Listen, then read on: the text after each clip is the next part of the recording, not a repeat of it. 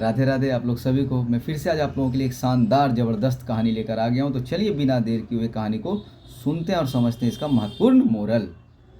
हुआ ये कि एक गांव में पंडित और पंडिताइन रहा करते थे, जो कि बहुत ही उनके विचार बहुत अच्छे थे।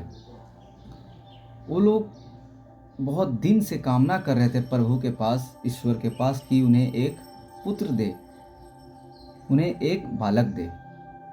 लेकिन वो पूर्ण नहीं होने के कारण इधर उधर वो लोग पूजा पाठ किया करते थे। लेकिन बहुत दिन बीतने के बाद उनके आंगन में फिर एक नन्हा सा बालक का आगमन होता है।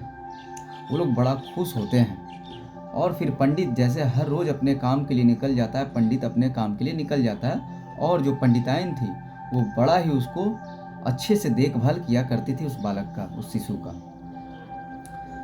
जब पंडिताइन बाहर निकलती है तो देखती है एक नेवले की बच्ची को वहाँ पर खेल रहा होता है, बड़ा ही छोटा था। तो उस पर उस पंडिताइन की दया आ जाती है। वो सोचती है क्यों नहीं मैं इसको भी अपने साथ घर लेके जाऊं और इसकी भी पालन पोषण करूं। वो उसे उठा लेती है और घर लेकर जाती है पंडिताइन, और उसकी भी पालन पोषण बड़ी अच्छे से देखभाल करती है। वो जो नेवला का जो बच्चा था वो दिन पर दिन वो धीरे धीरे बड़ा हो रहा था, और जो उसका शिशु था, जो बालक था, उसके साथ उसका मित्रता, क्योंकि बच्चे बच्चे थे तो मित्रता गहरा होते जा रहा था। एक दिन पंडिताइन अपने काम से बाहर गई, लेकिन वो ये सोच कर गई कि कहीं ना कहीं नेवला का बच्चा है, वो उसका देखभाल करेगा। और फिर जब वो आती है तो वो देखती भी है कि वो उसके सामने ही बैठा होता है, पूरा एक जैसे कि पहरेदारी दे रहा था। लेकिन कहीं ना कहीं पंडिताइन के मन में एक विचार हमेशा रहा करता था कि जैसा भी हो, नेवला का बच्चा आखिर है तो जानवर ही, तो अगर दिमाग घूर जाए तो फिर वो तो मेरा बालक को हानि भी पहुंचा सकता है। फिर जब दूसरे दिन जब पंडिताइन बाहर जाती है काम के लिए, तो होता यही है कि सांप ढुकता है घर में। और घर में सांप जैसे ही ढुकता है, वो नेवला का बच्चा तो बड़ा तेज होता है, वो लोग को सांप सबसे पहले दिखाई दे देता है। वो तुरंत सांप के पास चला जाता है और वो बालक की रक्षा के लिए उस सांप से भिड़ जाता है।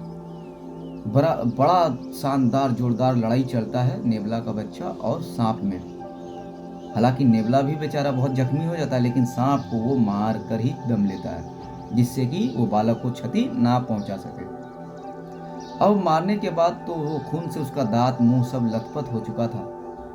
पंडिताइन जब आती है और उसके बाद फिर नेवला का बच्चा जाकर सो जाता है आंगन में। पंडिताइन जब आती है और नेवला का बच्चा का मुंह में जब देखती है रक्त लगा हुआ, खून लगा हुआ, तो उसे तो पूरा शंका हो जाता है कि इसने मेरा बालक को नुकसान पहुंचा दिया है। वो बड़ा क्रोधित हो जाती है, बिना उनका माथा काम करना बंद कर दिया होता है। वो जाती है, डंडा उठाती है, लाठी, और जोर से उस पर प्रहार कर देती है नेवले की बच्चे पर। लाठी लगते के साथ वहीं पर बेचारा वो छटपटा कर मर जाता है नेवला का बच्चा। उसके बाद फिर वो रूम जाती है दौड़े दौड़े अपने बालक को देखने के लिए।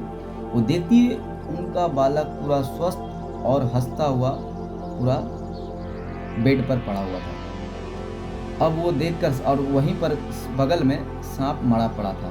फिर वो सोच लेती है कि मेरे से ये क्या हो गया, और जोर जोर से वो रोने लगती है, क्योंकि उन्हें पता चल जाता है कि नेवला का बच्चा ने मेरे बालक का जान को बचाया था उस सांप से। वो बहुत ही रोने लगती है, बहुत जोर जोर से चिल्ला चिल्ला कर रोने लगती है, क्योंकि उसे भी वो बहुत दिन से पाल रही थी कि ये मेरे से क्या हो गया। बस इसी समय पंडित जी आते हैं, और पंडित जी को सारा कहानी वो पंडिताइन बताती है कि ऐसा ऐसा हुआ।